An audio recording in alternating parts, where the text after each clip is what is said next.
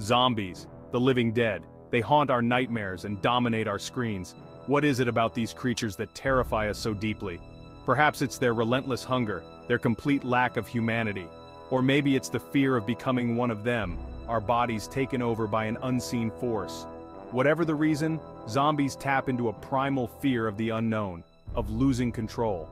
They represent a breakdown of society, a world plunged into chaos. The idea of a zombie apocalypse, while seemingly far-fetched, forces us to confront our own mortality and the fragility of our existence. The image of the undead, decaying and driven by primal urges, is a powerful one. It resonates across cultures and generations. But could there be more to these monstrous figures than meets the eye?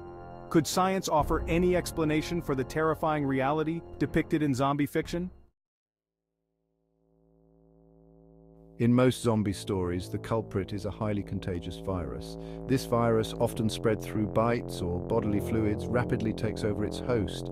It transforms them from a living, thinking person into a mindless, flesh-eating monster. The virus typically attacks the brain, the control center of the body. It disrupts normal function, destroying higher-level thinking, memory, and emotional regulation.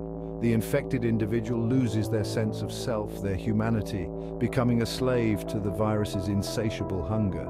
This zombifying process is often swift and brutal, leaving its victims with a single overwhelming drive to feed. But how plausible is this scenario? Could a real-life virus actually hijack our brains and turn us into the walking dead? The idea of a virus completely altering human behavior might seem like pure science fiction. However, the natural world is full of surprises. We know that viruses are capable of causing a wide range of diseases, some of which can affect the brain. Rabies, for example, is a viral infection that can cause aggression, confusion, and hallucinations. While rabies doesn't create full-blown zombies, it does highlight the potential for viruses to influence behavior. Could a more aggressive mutated virus emerge? One capable of inducing the type of zombie-like symptoms we see in movies?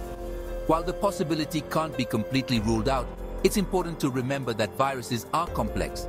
They evolve to survive and replicate. Creating a virus that turns humans into mindless, decaying beings might not be the most effective evolutionary strategy. Section 4. Echoes of the undead real-life diseases. Though a true zombie virus might remain in the realm of fiction, there are real-life diseases that bear a chilling resemblance to the zombification process. Creutzfeldt-Jakob disease, or CJD for example, is a rare and fatal brain disorder. It causes a range of neurological symptoms, including dementia, hallucinations, and loss of coordination. Another example is Kuru, a rare prion disease found in Papua New Guinea. Kuru was transmitted through ritualistic cannibalism and caused severe neurological damage, leading to tremors, loss of muscle control, and eventually death. Both CJD and Kuru demonstrate how diseases can attack the brain, leading to a loss of motor function, personality changes, and ultimately death. While these diseases don't turn people into flesh-eating monsters, they do highlight the very real vulnerability of the human brain. They serve as a stark reminder that our control over our own bodies is not absolute. Section 5. Mind control, when nature turns sinister.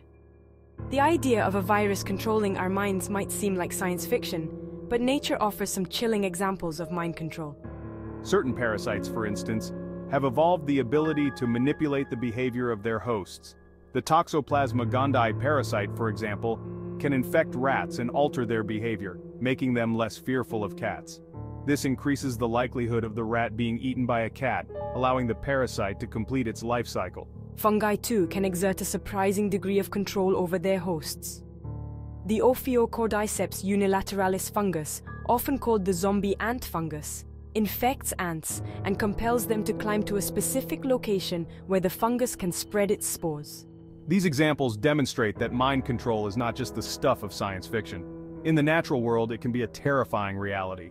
While these parasites and fungi haven't made the jump to controlling human behavior, their existence raises intriguing and unsettling questions about the vulnerability of the mind. Section 6. The verdict, fact or fiction. So are zombies real?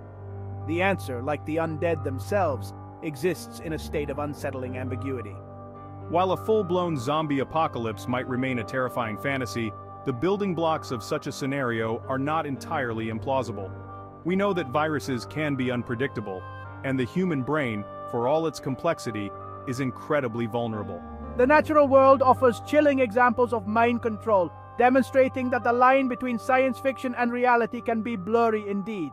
Ultimately, the question of whether zombies could ever exist is a matter of speculation, a thought experiment that forces us to confront our fears of the unknown and the fragility of our own existence. Perhaps the most important takeaway is not to dismiss the possibility entirely, but to remain curious, vigilant, and prepared for whatever the future might hold.